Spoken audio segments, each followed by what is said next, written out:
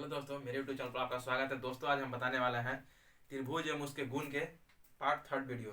यानी कि पहले वीडियो में हम लोग समझे थे कि त्रिभुज के किसे कहते हैं, और दूसरे वीडियो में हम लोग जाने कि उसके प्रकार को। देखिए, त्रिभुज के प्रकार जो होते हैं दो भागों में बांटा गया। त्रिभुज के प्रकार को दो भागों में बांटा गया। कौन कौन से? तो एक देखिए, त्रिभुज को भुजा के आधार पर बांटते हैं, और दूसरा हम क्या बांटते हैं?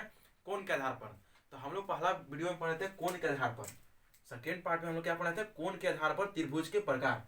इस वीडियो में हम लोग पढ़ने वाले हैं कि भुजा के आधार पर त्रिभुज के प्रकार। तो देखिए, कोण के आधार पर जो त्रिभुज होते हैं वो तीन प्रकार के होते हैं। यानी कि न्यून कोण, और फिर होता है एक समकोण, एक होता है अधिक कोण। और इसमें भी होते हैं भुजा के आधार पर भी तीन प्रकार के। तो आइए समझाते हैं। देखिए, एक होता है समबाहु त्रिभुज। समबाहु त्रिभुज क्या होता है? देखिए, बाहु, बाहु मतलब सब में समझिए भुजा। बाहु मतलब समझ ले क्या चीज? भुजा। एक देखिए समबाहु होता है, एक समद्वि बाहु होता है, एक विषम बाहु त्रिभुज होता है। पहले हम डिफरेंशिएशन एक बार पढ़ दे रहे हैं सबका, एक बार लास्ट में समझा देंगे। देखिए, समबाहु त्रिभुज क्या होता है? तो ऐसी त्रिभुज जिनकी सभी भुजाएं की माप क्या होती है? बराबर होती है, उसे हम समबाहु त्रिभुज कहते हैं। दूसरा में क्या होता है? समद्विबाहु त्रिभुज।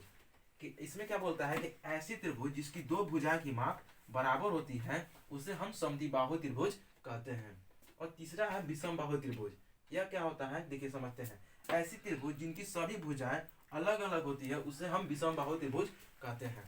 यानी कि देखिए, ये हुआ डिफिनेशन, लेकिन हम इसको समझते हैं कैसे, हम इसको आसानी से लॉन्ग टाइम तक याद कर सकते हैं। तो देखिए, कुछ इस डिफिनेशन को मत याद कीजिए। डिफिनेशन ये तो थ्योरी टाइप का हो गया, लेकिन हम इसको देख कर कैसे कर सकते हैं।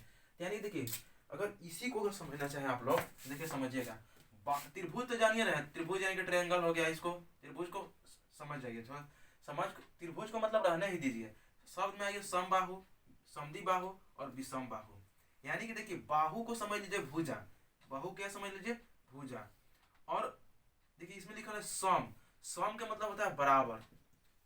सम का अर्थ क्या होता है? बराबर। यानी कि वैसी त्रिभुज जिनकी सभी भुजाओं की माप क्या होती है? बराबर होती है, उसे हम समद्विबाहु त्रिभुज समबाहु त्रिभुज कहते हैं। इसमें क्या होता है कि सभी भुजा क्या होती है? बराबर होती है। यानी कि सम मतलब समझ लीजिए बराबर, अब बाहु मतलब क्या चीज? भुजा।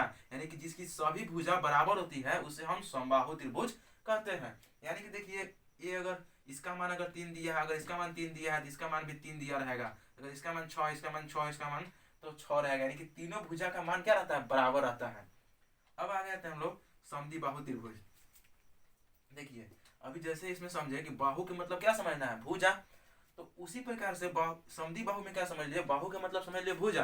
और समद्विबाहु यानी कि सम। सम मतलब क्या बताएं? बराबर। लेकिन इसमें लगल है द्वि, लेकिन इसमें बराबर के गो होना चाहिए? दू गो। देखिए यहाँ सम लागल है, लेकिन के गो? तो दू गो। यानी कि एक भुजा के गो बराबर होना चाहिए? दू गो। यानी कि समद्विबाहु में दू गो भुजा बराबर होना चाहिए। मतलब कि ऐसा त्रिभुज जेकरा में दू गो भुजा का होके बराबर हो, यानी कि सम हो, उसे हम समद्विबाहु त्रिभुज कहते हैं। यानी कि देखिए, बोले इसमें डिफिनेशन है कि ऐसा त्रिभुज जिसकी दो भुजाएं क्या होती है? उनकी माप बराबर होती है। यानी कि अगर ये देखिए, एक भुजा 4 है, तो ये भी 4 रहेगा। और ये अलग हो सकता है, 3 हो सकता है, 7 हो सकता है, कुछ डाटा अलग अलग हो सकते हैं। लेकिन समद्विबाहु त्रिभुज में क्या हम लोग समझे कि देखिए, सम मतलब बराबर, और द्वि मतलब दूगो, और बाहु मतलब भुजा। मतलब वैसा त्रिभुज, वैसा त्रिभुज जिसमें क्या होना चाहिए? दूगो भुजा बराबर होना चाहिए, उसे हम समद्विबाहु त्रिभुज कहते हैं। अब आगे आते हैं विषम बाहु त्रिभुज। विषम बाहु त्रिभुज क्या होता है?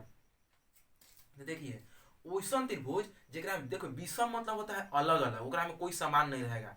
देखिए, सम मतलब बराबर, और विषम मतलब कि अलग अलग, ओकरा में कोई बराबर बराबर नहीं रहेगा।